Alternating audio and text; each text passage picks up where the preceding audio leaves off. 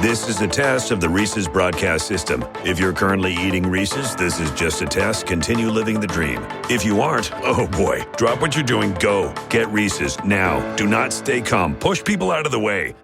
This podcast is presented by AMC Plus's Gangs of London, which Vulture has called action at its most sublime.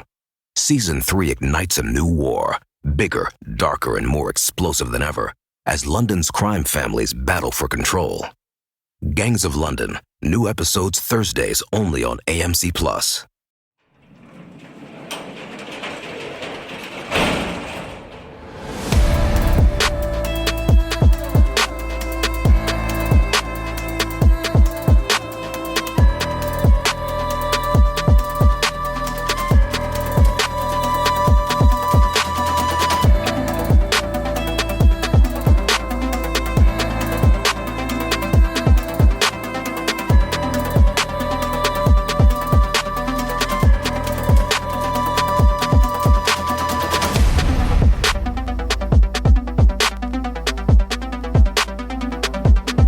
Welcome to True Crime Garage. Wherever you are, whatever you are doing, thanks for listening.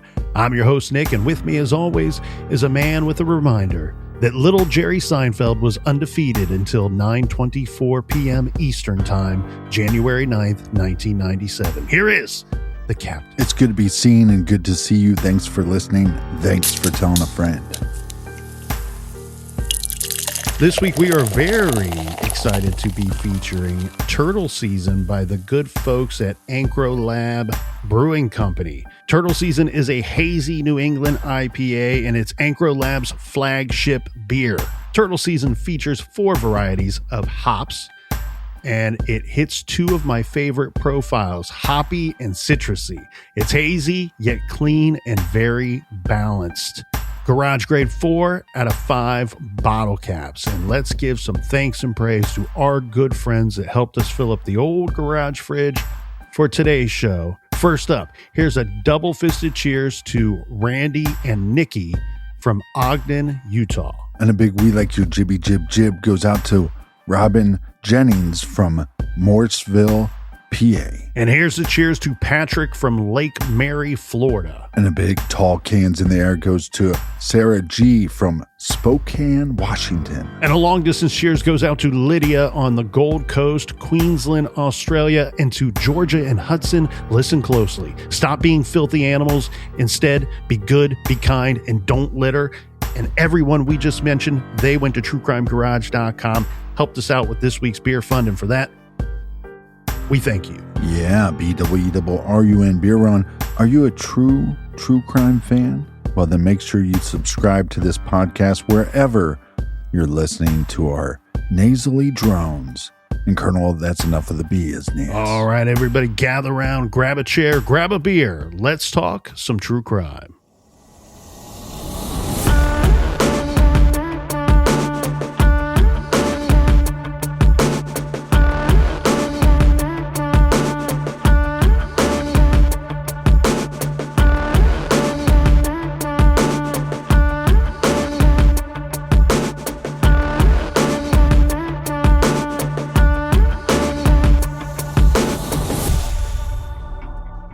The murder of a child is an unbearable tragedy, a nightmare for any parent. In the quiet rural village of Armada, Michigan, a community so small it felt like a haven from big city dangers, Jennifer Millsap believed her 14-year-old daughter, April, was safe. That belief was shattered on a July evening in 2014. This is the case of April Dawn Millsap, and this is True Crime Garage.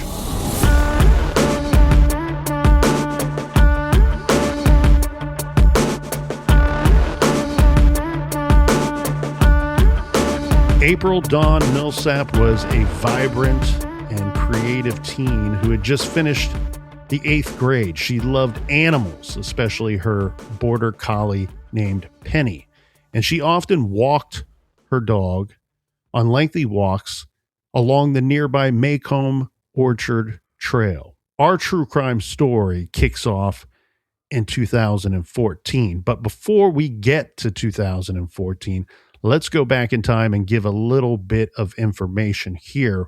We have April Millsap, who was born on January 2nd, 2000, to Jennifer and Bobby Millsap. The family at that time resided in Wise County, Virginia.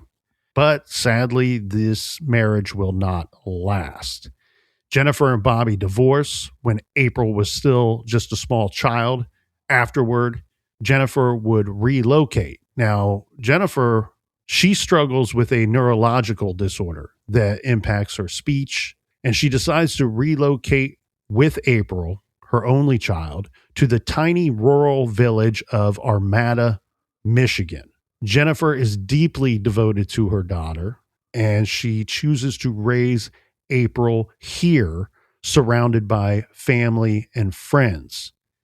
April attends school and is described as a bright young girl, outgoing and extremely close to her mother. The dynamic of the family of two is going to change dramatically again. This is when April is just 7 years old. Her mother meets David Lichtenfeld, who would go on to get married to Jennifer and then become a stepfather. And David really becomes a true father figure to April and describes April as his daughter. We need to point out here, Captain, that this location, the village of Armada, Michigan, is a very small community. It's a quiet rural town nestled about 40 miles north of Detroit. Feels like it's a world away from the big city of Detroit, right? Where in the big city you have crime, you have violence of the big city. This small little village, it weighs in at just about 1 square mile with a population of a little over 1,700 residents.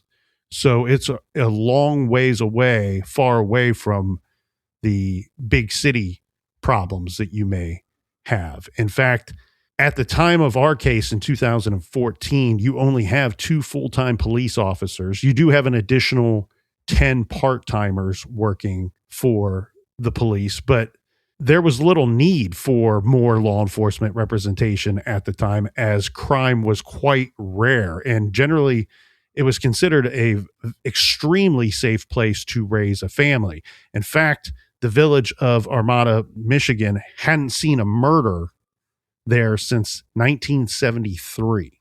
In 2014, April, her beloved pet Penny, we have her mother, Jennifer. She would recall that, like most teens, April liked to go out with friends. She liked to go shopping, but she also was really into quiet pursuits as well, like drawing and writing. She would craftily spin out these great short stories and beautiful poetry with ease. Her true passion was her love of animals, particularly her border collie, Penny. While she didn't consider herself an athlete, she did enjoy frequently walking Penny on one of the several walking paths. Among them was the nearby Maycomb Orchard Trail. This was one of her favorite nature spots. And April treated this activity as much of a chance to connect with friends. She had a boyfriend at the time. His name is Austin, but also as a form of exercise. This was something that her mother, Jennifer, was aware of and didn't mind at all. April had just finished 8th grade at Armada Middle School and was looking forward to attending high school in the fall. But that would all change in the summer of 2014. Around dinner time in the early evening on July 24th, 2014, David Lichtenfeld bid goodbye to his stepdaughter, April, before leaving for his shift at work. Around 5:30 to 6 p.m. that evening, April left her home to take her dog, Penny, on a walk along the Maycomb Orchard Trail in the area. This is a well-populated bicycle and walking trail. At 6:28 p.m., April sent a text to her boyfriend, Austin, that read, quote, "I almost got kidnapped, OMFG," end quote. But Austin didn't actually receive it until about an hour after it was sent. There was a delay in the technology that many may remember was all too common back in 2014. Yeah, if you text something and it wasn't hitting a cell tower, that it might not send until your phone actually connected to a different cell tower. So OMFG for all the old heads in the garage today. That's oh my fucking God. And I recall, Captain, around the same time period, 10, 12 years ago. Yeah. If I got near water, especially if I got near water, my phone would act up and there would be significant delays, or it would lose service completely. Well, I remember 10 years ago when I got near a waterfall and make me want to take a leak. That evening, so we have Jennifer Millsap, the mother. She's going to start calling and texting her daughter, April, when April didn't return from walking Penny. This would be in just the general expected time frame of that evening. Now, mind you, this is a walk that she's gone out on many, many times, but something seems off here as she's not returned in the conceived amount of time that she was expecting. So she's now receiving no response to the texts and the phone calls. And she does call her husband, David, at work, who immediately he rushes home to see what's going on. Eventually, the concerned mother is going to call the local police department to report her daughter missing. Jennifer's next call was to April's boyfriend, Austin, who then tells her about the weird text that he had received from April. Right. He says that at first he kind of brushed it off as an exaggeration, almost like a joking kind of text a 14-year-old girl might send saying she spotted a creepy looking guy along the trail. And maybe that's what she meant by, "Oh my God, I almost got kidnapped." Yeah, but that joke turns into seriousness real quick because the mom hasn't been able to reach her. I'm sure as the mother is making this phone call, her stomach's dropping and the boyfriend's stomach is now dropping with fear of what might have happened to April. Yeah, because you have two parties separately, both have some level of concern, but now you're going to double down on that once information is shared between the two. She's not come home. Mom's nervous and worried. And now the boyfriend goes, "Oh, that text was could be something serious. It wasn't so serious before." Everybody, the alarm is sounded. Everybody is concerned. We're going to have Austin, and he's going to bring his friend Alex with him to meet Jennifer. And the three of them are going to go out looking for April along that Orchard Trail. They're searching for any kinds of clues as to April's whereabouts. Now, around 8:30, 9 p.m. that night, Jennifer Millsap spotted police who are now out on the trail as well.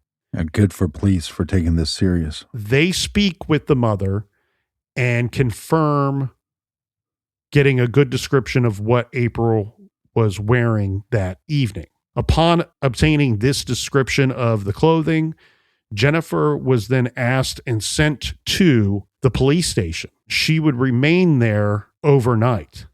She's there for, I believe it was 10 hours. And of course, she's terrified and heartsick at this time. She's wondering, why are they keeping me here for so long? Now, doesn't somebody come across April's dog? That's the thing of it here, Captain, is Mom's at the police station unaware that they have a crime scene that they're working. Let's go through this. April's last seen around 6:25 p.m., July 24th, 2014. What we're going to have in this case is several eyewitnesses, because while this area is small in population, as we pointed out, a lot of people walked this trail. A lot of people would bike this trail. So the trail itself was a well-populated area. A woman comes forward. Her name is Mary Stein. She says that, hey, while I was out on the trail, I spotted a girl. She's walking her dog on the trail, but this girl seemingly was rushing away from someone. She said that based off of the description, this was probably April. And she said that April had flashed her what she referred to as a tense smile as she said hello, but she's passing by quickly. And then Mary says that she noticed an angry looking man on a motorcycle behind the girl. I find that description a little strange, but that was her description. An angry looking man on a motorcycle behind the girl. Yeah, and you don't want to blame this eyewitness, but if I'm seeing that situation, I'm not leaving, right? I'm going to go up to them, even if it's just a walk past them to kind of see what's going on. Because it could be nothing. It could be her father. It could be whoever. But I'm not leaving that girl's side. The rider wasn't wearing a helmet. And Mary says that she tried to say hello to him as he's going by. He does not respond to her greeting. Instead, he doesn't even really look at her at all. Right. This encounter would have happened just minutes before April sent what we now know to be that frantic text to her boyfriend, Austin. I think I almost got kidnapped, OMFG. Right. So if I'm following this story correctly, April's walking her dog. She's in park, essentially, bike path, walking path. Nature trail. She comes across, or this guy comes across her path, this guy on a motorcycle with a helmet. This eyewitness sees both of them, and this might have been a deterrent enough for him to leave. So April feels like, okay, well, I was run into by a creepo, so now I can text my boyfriend. I think I almost got kidnapped, OMFG. Yeah, she must have felt, there must have been a window of time there that she felt that the guy was gone. Yeah, like a sense of relief. Yeah. And then think about it from the witness's perspective. Mary Stein, she's going to see both of these people just rushing along past her, and then she doesn't see them again. Yeah, I should probably apologize to the eyewitness because she might have saw the guy on the motorcycle leave and then thought, hey, the girl's in no harm now, so I can walk away. I'm very judgmental these days. Well, and the thing too is the girl who we believe is April says hello to Mary Stein. So that's almost like, she might have gave her that tense smile as she describes it, but also she didn't ask for help at this time. Now, so let's fast forward to just an hour and a half, 2 hours later. So this is between 8 and 8:30 p.m. Okay. We have a couple out there who are enjoying the late July twilight on the Maycomb Orchard Trail bike path. Well, they say the couple that jogs together stays together. Well, they were riding bikes, so they probably are no longer together. But in so many reports, they call them two joggers. They come across this dog. The dog will lead them, unfortunately, to a body. Okay, so this dog leaves them to the lifeless body of a teenage girl in a ditch near Fulton and Depot Streets. The victim is lying there, not moving, lying there about 15 to 20 feet off of the nature trail. Of course, the police and 911 are called right away. Right. Armada Police Department officer Phil Newmeyer was the first to arrive on the scene, and he noted that the dead girl was naked from the waist down. Her blouse and bra appeared to have been torn off of her. Yeah, it seems like the blouse was wrapped around her wrist. Yeah, they were like torn off and then pushed to her waist area, and her shorts and underwear were pulled down around her ankles. Her feet were bare, both shoes lying nearby. in the victim's left hand, she had clutched some sort of leafy debris. And there were pattern markings.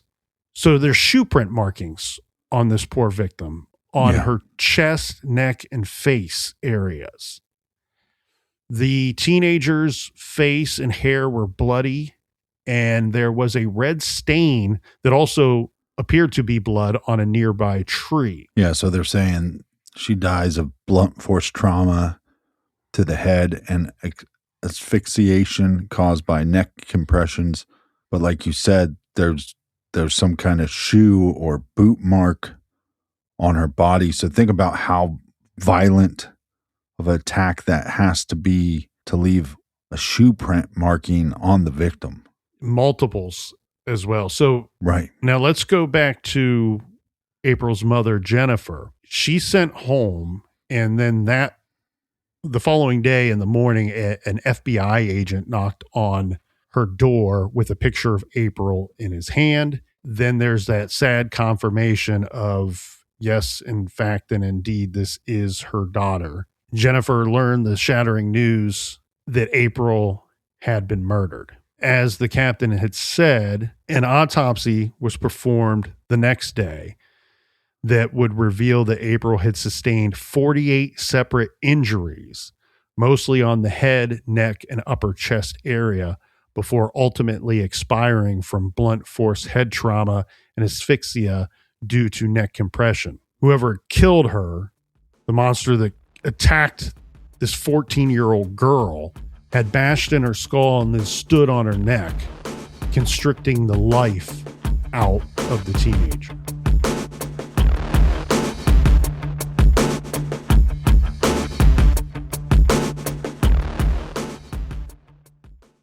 This show is sponsored by BetterHelp.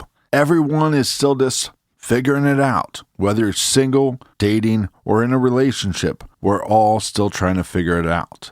February is the month of hearts, roses, and chocolates. No matter where you are on your romance journey, single, dating, or just focusing on you, therapy can be a helpful way to sort through it all. Signing up for therapy with BetterHelp can help you find your way by understanding what you want from a relationship and taking some of the pressure off yourself. BetterHelp is the world's largest online therapy platform and handles the initial therapist matching work for you.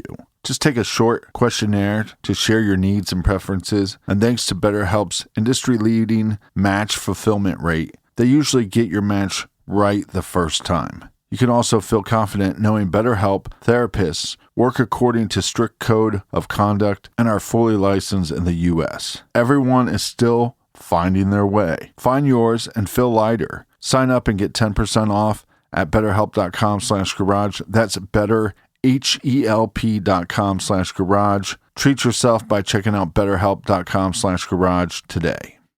With shorter days and packed schedules, it's easy for kids to lose focus. IXL gives them a simple, stress-free way to keep skills sharp and stay engaged without adding pressure. IXL is an award-winning online learning platform that helps kids truly understand what they're learning. Whether they're building math confidence, strengthening reading and writing skills, or reviewing science concepts. It covers math, language arts, science, and social studies from pre-K through 12th grade with personalized, interactive content that adapts to each child's level and pace. IXL is used in 96 of the top 100 school districts in the U.S. It's an easy way to support learning as the school year moves into its most important stretch. Make an impact on your child's learning. Get IXL now. And True Crime Garage listeners can get an exclusive 20% off IXL membership when they sign up today at IXL.com/garage. Visit IXL.com/garage to get the most effective learning program out there at the best price. A well-built wardrobe is about pieces that work together and hold up over time. That's what Quince does best. Premium materials, thoughtful design, and everyday staples that feel easy to wear and easy to rely on, even as the weather shifts. Quince has the everyday essentials, with quality that lasts. Organic cotton sweaters, polos for every occasion, lighter jackets that keep you warm in the changing seasons. The list goes on. Quince works directly with top factories and cuts out the middlemen, so you're not paying for brand markup, just quality clothing. I've told you before, one of my favorite and best purchases I made late last year was Quince's men's Cotton Peak knit overshirt. It comes in 3 colors, and I love it so much that I got 2 of them. And I always pick up tees and some socks while shopping Quince. And Quince.com is not just great clothing. Shop for furniture, jewelry, travel, men's, women's, baby, and kids. Get a Valentine's gift for her. Get a Valentine's gift for him. I love Quince.com. Refresh your wardrobe with Quince. Go to quince.com/garage for free shipping on your order and 365-day returns. Now available in Canada too.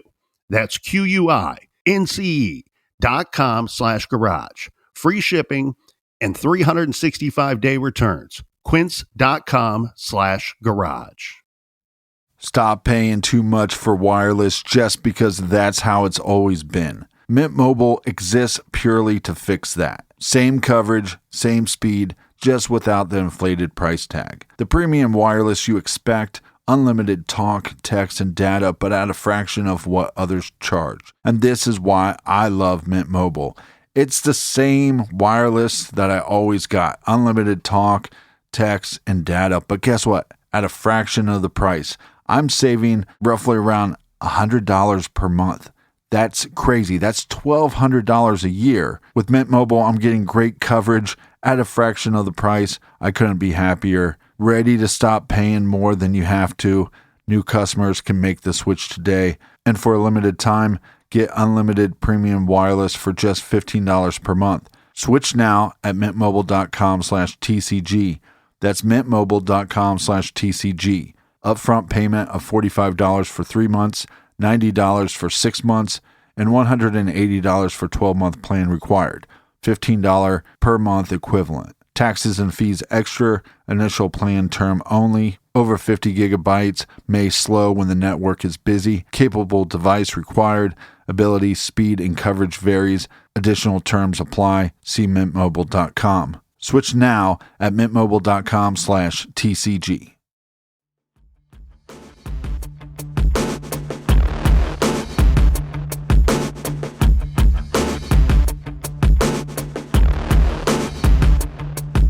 All right, we are back from a quick beer break. Cheers to you, and cheers to you, Colonel. Cheers to all of you out there listening. Cheers to you, Captain, as well. Oh, thank you. Back at the crime scene, we have no DNA that would be found at the scene. The shoe print or prints on her body would later be used, of course, in hopes of identifying her attacker and killer. But as we've seen in so many recent cases, a cell phone and the information on that cell phone can be some of the best evidence or create some kind of trail to the offender. And that certainly is going to be the case here as well. As we had talked about, this is a small community, a unified community. And of course, they were shocked and horrified by the brutal murder of one of their most innocent residents, a 14-year-old girl, April Millsap. Well, there's a couple things, though, as far as the investigation goes. You start by looking into the mom because she's home alone. So does she have any reason to have any conflict with her daughter? And then we have this physical evidence, not DNA evidence, but we have this physical evidence. So I'm assuming that her foot doesn't match this size of boot print. We have an eyewitness that sees a male. So we can start excluding the possibility of the mom. And then you got to look into the stepdad, but he has an alibi. He's at work. And also, does he have a motorcycle? Does he match this description of this individual that the eyewitness saw? But we also have then the boyfriend, because just because we have an eyewitness that sees this guy on a motorcycle doesn't mean that he's essentially the killer. So when we look into the boyfriend, we got to figure out where he was at the time of the murder. Yes. And with the community here, they're going to rally around Jennifer Millsap and David Lichtenfeld. What we end up having here, Captain, is we're going to get a bunch of eyewitnesses, a bunch of witnesses come forward from the community offering a description of a man on a motorcycle that had been seen chasing the teen, going after the teen, talking with the teen. This will lead to a composite sketch based on eyewitness accounts of the man, and this is released to the public. And we also get the community that is putting pink ribbons on every surface in this small community because pink was the little girl's favorite color. And this was to show support for the slain teen and her family. So they began displaying her favorite color everywhere that they could. Several vigils and memorials would be held by the community, and April's beloved border collie Penny was present at these vigils. And in fact, they dyed her fur pink in tribute to April's memory as well. And then an online fundraiser collected over $16,000 for April's family as the close-knit community exhibited their love and support for the family, attempting to process this loss here, this great loss. The description that might be the most powerful here, Captain, seems to not be of the man that police believe is our suspect, but the man's motorcycle. About a month after April is killed, police would name James Donald Van Callis as a person of interest in the murder. So he's 32 years old from Goodell's, Michigan. He is living with his father and his long-term on and off again girlfriend. So his father is a registered sex offender. His name is James Bernard Van Callis. The two of them are arrested in July of 2014 on unrelated drug charges. So this is tied to a mutual participation that they have in a marijuana grow operation that they're running it out of their home. So the younger of the two, James Donald Van Callis, he has no violent convictions, only like petty criminal history stuff, theft-related crimes, some drug offenses, failure to pay child support, that kind of thing. The registered sex offender father, he has a much lengthier criminal history and a more scary one as well. So the elder Van Callis had been convicted in 1995 of second-degree criminal sexual conduct with a person under 13 and a fourth-degree criminal sexual conduct with a person between 13 and 16. But nevertheless, investigators would ultimately zero in on the son as the person of interest in their murder investigation. Because when investigators canvassed the area and they continue to gather evidence, including witness accounts, part of those witness accounts, Captain, are of a small black, white, and blue motorcycle that the suspect was riding and spotted near the crime scene. And early in the investigation, an officer notices a motorcycle in a driveway that appears to match these multiple descriptions. Right. And the bike also matches a bike seen on security camera footage from a neighbor's home. Okay, so when they're out collecting this evidence, they're looking for digital evidence. Part of that will be surveillance footage, doorbell camera footage, things of that nature. They did have to do some work to locate April's cell phone. So her phone wasn't found with her, but it's eventually located. Using that cell phone, they look into a fitness app that she has on her cell phone.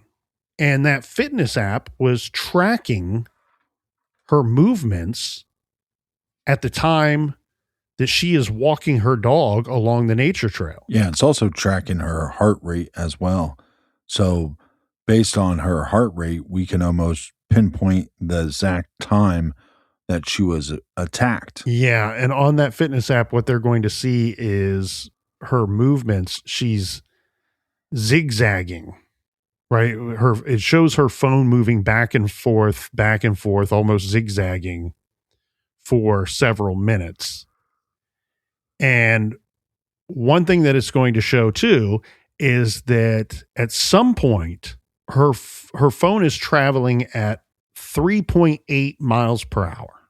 But then it increases dramatically to 22 miles per hour that the phone is traveling. So based off of that information, what would you think of that? That's telling us she's walking the dog at a normal pace, and we didn't find her cell phone with her because whoever did this probably took the phone and then tossed it at some point. They left the area in a motor vehicle, or she got into a motor vehicle, but we don't have anything at the scene suggesting that she was in a motorized vehicle at any time. Right, because we have found her body. It's in a drainage ditch. So you have this eyewitness with this motorcycle. You have this eyewitness that sees a man on a motorcycle. Then you go, okay, is it possible that the individual that attacked her, the individual that killed her, did he take her cell phone? Mm-hmm. And then obviously he takes the cell phone and he dumps it somewhere. This motorcycle is going to be a huge lead because the description of it, it's a unique, almost one of a kind motorcycle, right? We have it's small, black, white, and blue motorcycle with two different size tires. And that is what will lead police to this James Van Callis. He's already in custody because we have the drug charges. Right. When he's questioned, Van Callis does admit that he was passing through Armada on the day of the murder. He says he was on his way to visit his brother between 5 and 6 p.m. And he said that he returned home about 2 hours later. So he's saying, yeah, you might have seen me. Somebody might have seen me in that area because I was passing through on my way to see my brother and then would have passed through again at some point to return. He says he was wearing a black motorcycle helmet, a Carhartt hoodie, camouflage pants, and K-Swiss tennis shoes. Part of the problem with his story is when they reveal surveillance footage from a gas station in the area, this shows James at the gas station and on his motorcycle before April's murder. And his phone records, once they get onto him, they show him near the trail around the time that April was killed. Well, it's one thing because he confirms it through law enforcement to say, well, yeah, it's in that area, but we really don't need his confirmation because we do have surveillance and then we also have the eyewitnesses.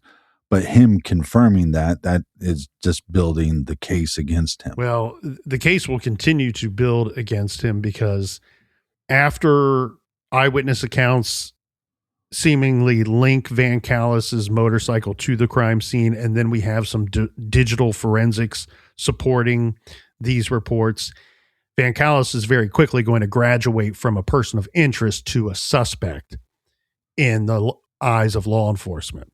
And it was on October 8th that the county prosecutor announces that the suspect, James Donald Van Callis, is charged with first-degree murder, felony murder, and kidnapping and assault with intent to commit sexual penetration in the slaying death of 14-year-old April Millsap.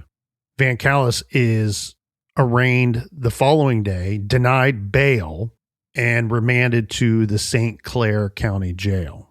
That same month, both of the Van Callis men will plead guilty to their manufacturing marijuana operation.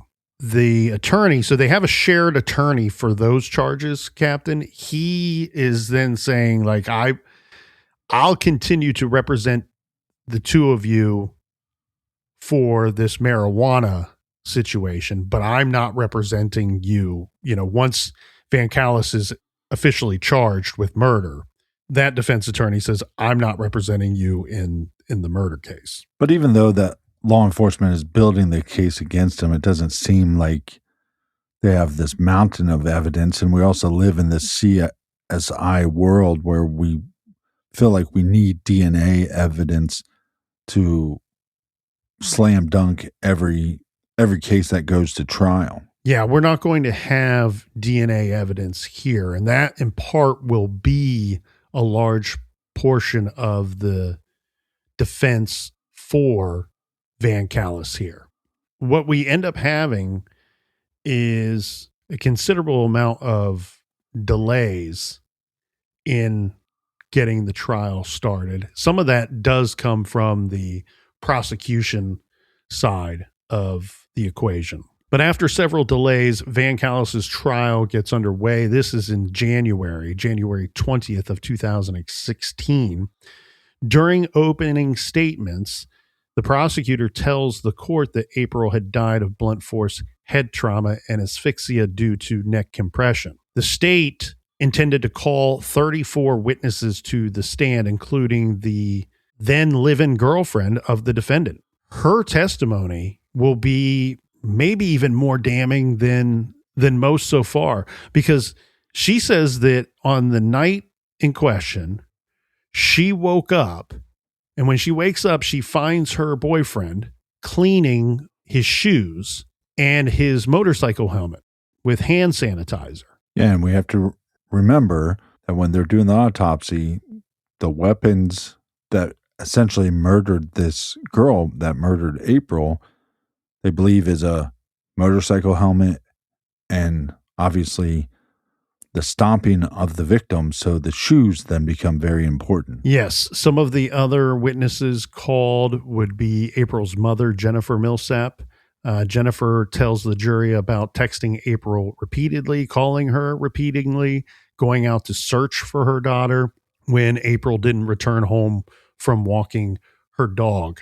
She was composed, yet, of course, very emotional, and paints the picture perfectly of how frantic the situation was, how desperate she was when searching for her daughter. We get an FBI investigator who's going to recreate April's final steps.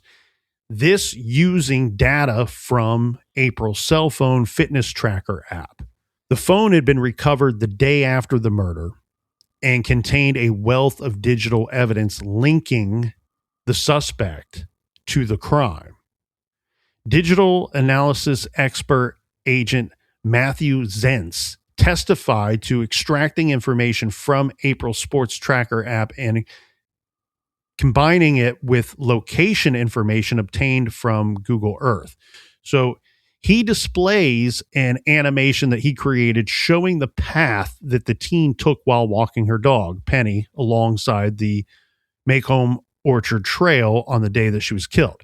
Zentz then shows the jury how he had dropped pins on this route to indicate when calls and text messages were sent, including the one where April sent at 6:28 p.m. to her boyfriend that read, "I think I almost got kidnapped, OMFG."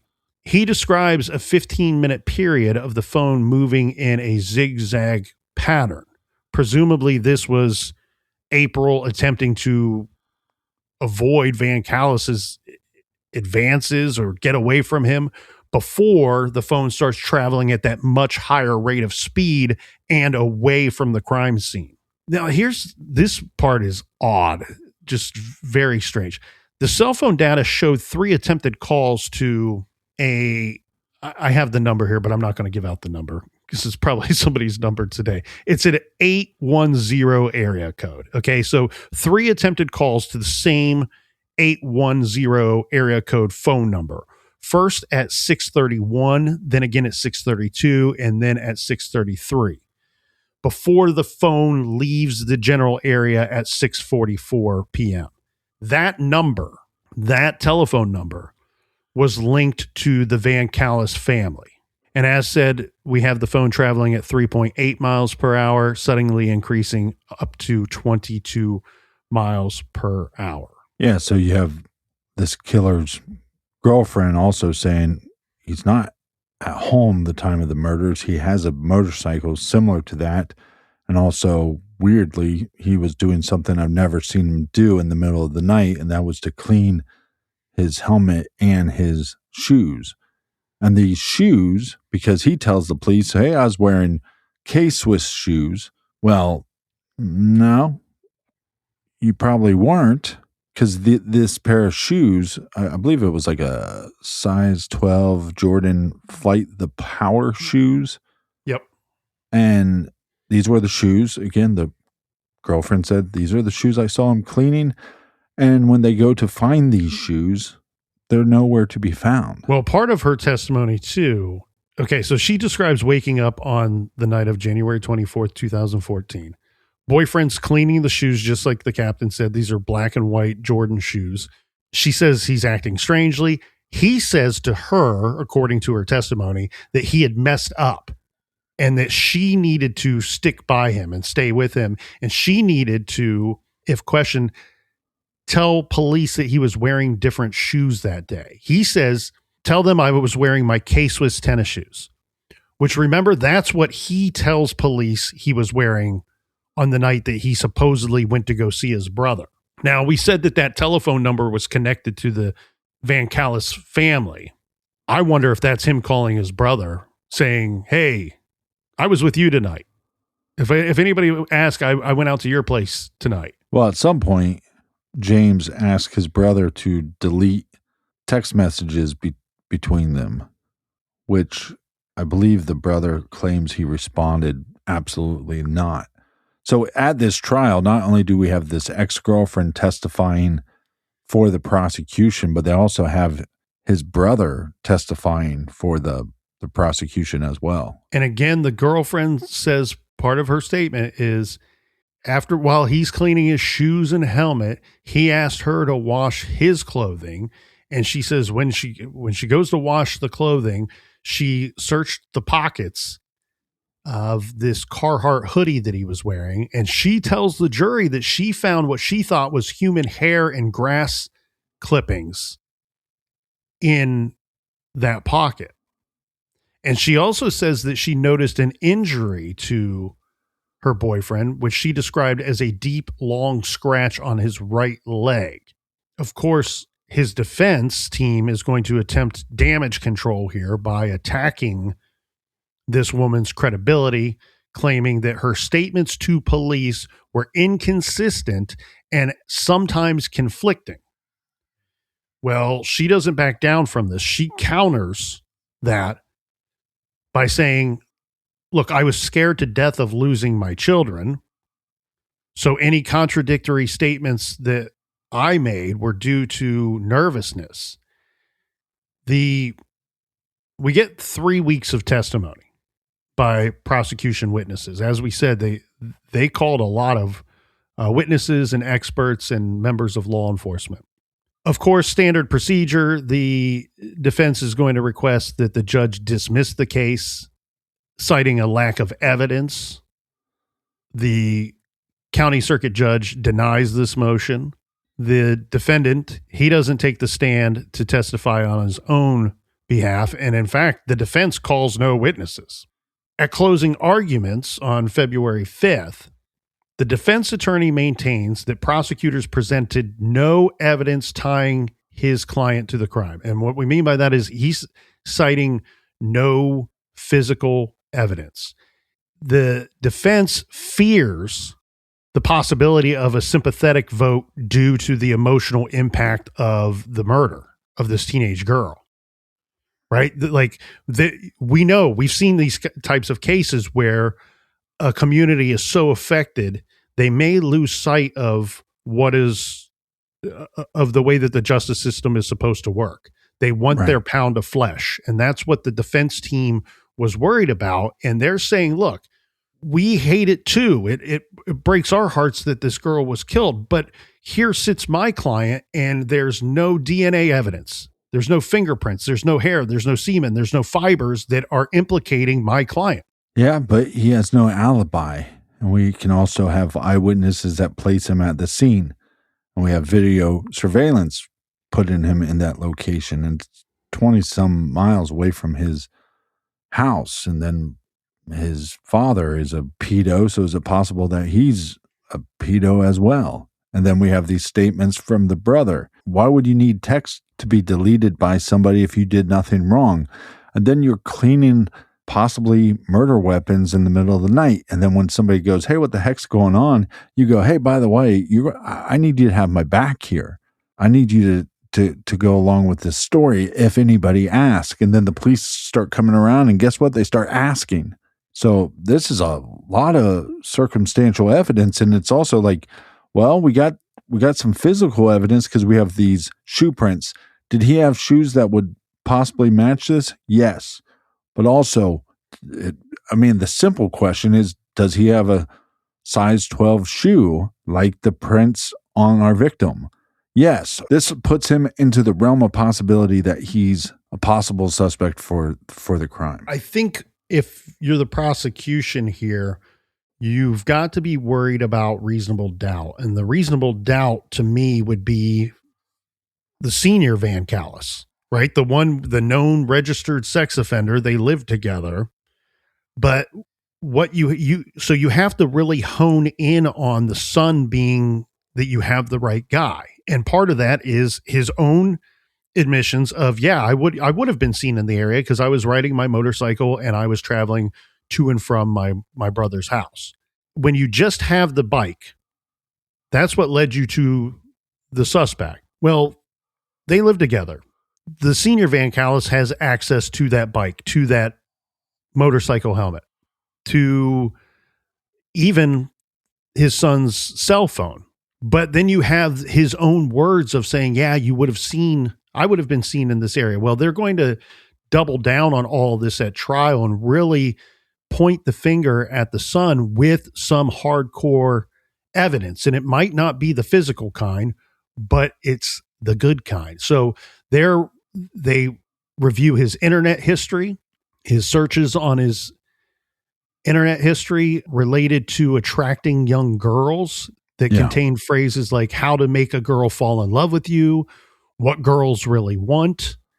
And we're not talking about women. We're not talking about women his own age. We're talking about... No, he's 32. Yeah. Yeah. He wants to know what girls, what teens he can get to fall for him. The defense, one of their arguments too, is like, hey, these shoes that keep being mentioned, you didn't recover those from my client's house, from among his belongings. So a lot of back and forth here, but you have the two phones, April's phone, the victim's phone, confirmed to be on the Orchard Trail. You also have your suspect's phone on the Orchard Trail.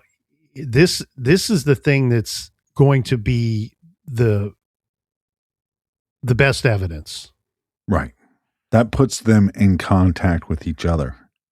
So the best evidence that you have here is from security footage of a house that is very nearby the murder scene, the crime scene. And remember, the killer was dumb enough to take April's phone with him for a period of time.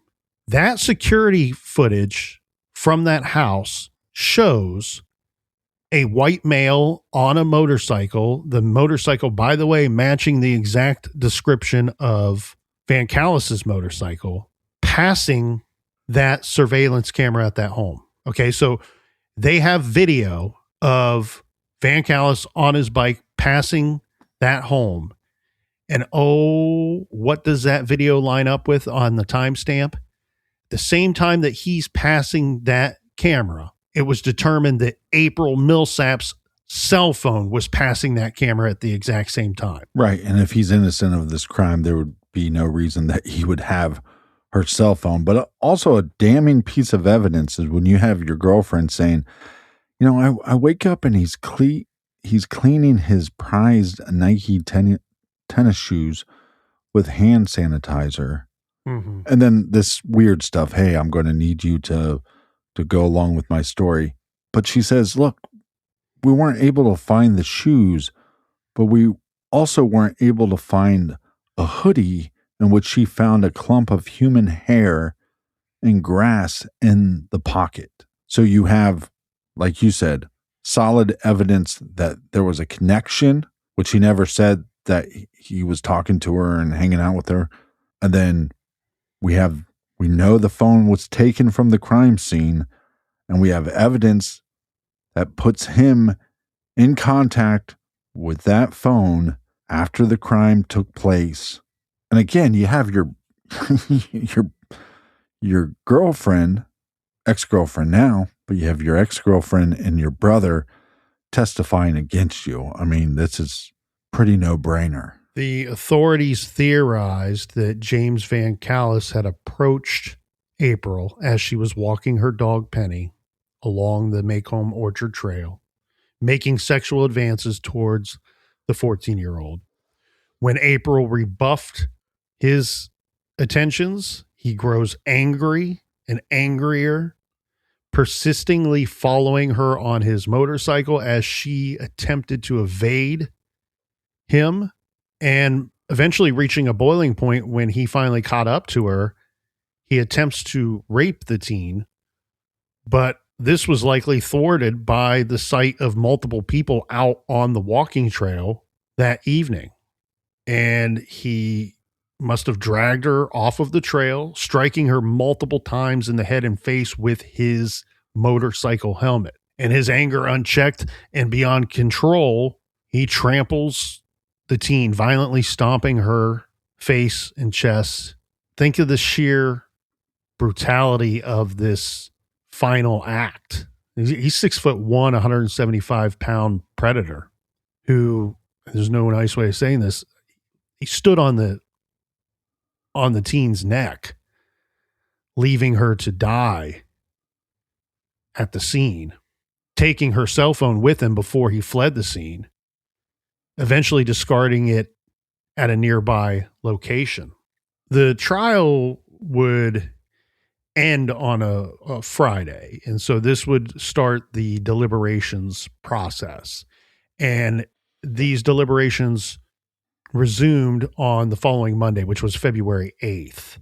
The jury ultimately deliberated for about 7 hours in total before reaching a verdict. And in front of a packed courtroom in which you could hear a pin drop, a jury of 12 men and women found the then 34-year-old James Donald Van Callis guilty of first-degree murder of April Dawn Millsap. So he's convicted on all counts, including the kidnapping and sexual assault charge. It's kidnapping and assault with the intent to commit sexual penetration. And this is, as said, a crowded courtroom. And when they're reading off the verdict, and upon hearing the word guilty, April's supporters, wearing their signature pink, they erupted in applause, tears, and cries of gratitude. Meanwhile, Van Callis displayed very little emotion, if any at all, as the verdict was read. And he's now facing a potential life in prison without the possibility of parole sentence. And the sentencing hearing was set for March 30th, 2016. Well, the rumor had it that he was very disappointed he had to throw away his Nike tennis shoes. Well, and this is going to be where we have the courtroom filled with victims' family members, and they're going to have an opportunity here to read their impact statements. Before I get into Jennifer Millsap, the mother's statement, what we have here from Van Callis is he is proclaiming his innocence. Of course he is. Denying that he's guilty. He's questioning the evidence, says there is no evidence, but the judge quickly steps in and says, look, this is her exact words, and I like this quote. The reality is we're here to sentence you today, not retry the case. Jennifer Millsap, part of her victim impact statement is as follows. She says, quote, "You, James, are a damn thief. You stole my beautiful daughter's life and you stole the rest of mine. My life has totally changed since April was killed. My life will never be the same. I will always miss April and will continue to hold her in my heart. I never thought this could happen to my daughter or me. I know that the Bible tells us that we are supposed to forgive those who wronged you. But what you took from us is unforgivable. You have a lot of people to apologize to. Don't expect anyone to accept it because you don't have the ability to turn back time and take this back." And old James Clean Shoes, he will get the maximum sentencing. Yes, so he's sentenced to life in prison without the possibility of parole. Additionally, the judge granted a restitution to April's mother in the amount of $7,500. Upon hearing the sentence, Van Callis's mother, Brenda, vowed that her son would be vindicated, telling reporters that he had been framed.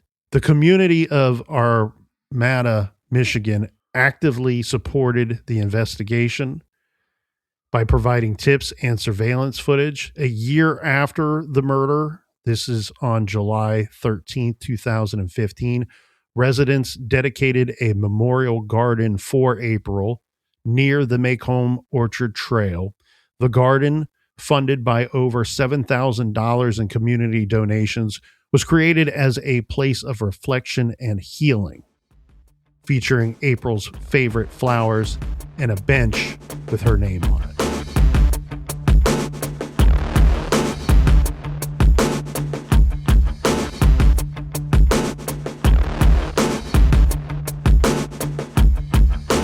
We told you to tune in this February as we have several special announcements, and today we have our first one for you, and this is very exciting stuff. True Crime Garage will be part of Crime Wave 2.0. Crime Wave at Sea 2.0 is the ultimate true crime festival in international waters. This is the Oasis of the Seas cruise ship that sets sail from Fort Lauderdale. The cruise dates are February 8th through the 12th, 2027. The 2027 lineup is featuring Last Podcast on the Left, Case File, Scared to Death, Unexplained, and now True Crime Garage, plus many more great true crime and mystery podcasts. These tickets go on sale Friday, February 13th, 2026. Again, tickets go on sale Friday, February 13th, 2026. To get $100 off of your stateroom and a private meet and greet with Nick and the captain, go to crimewaveatsea.com/garage to get your discount code.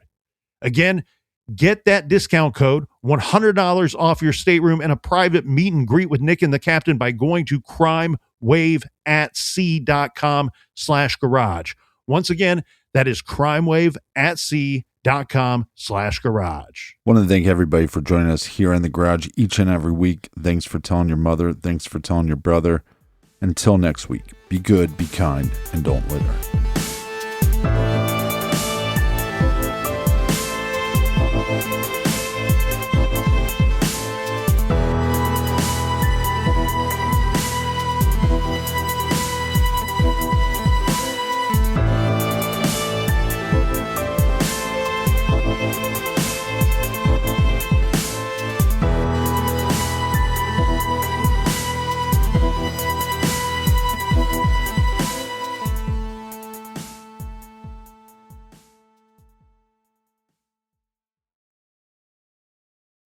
How do you make chicken nuggets like 7,000% better? Short answer, you let Taco Bell make them. Long answer, start with all white meat chicken nuggets. bread them in crunchy tortilla chips, and serve them with Hidden Valley Diablo Ranch. Yep, that's Hidden Valley Ranch mixed with Taco Bell Diablo sauce. It's exactly what it sounds like, and somehow even better. Simple math, spicy results. Crispy chicken nuggets from Taco Bell. A brand new classic. At participating U.S. Taco Bell locations for a limited time only, while supplies last.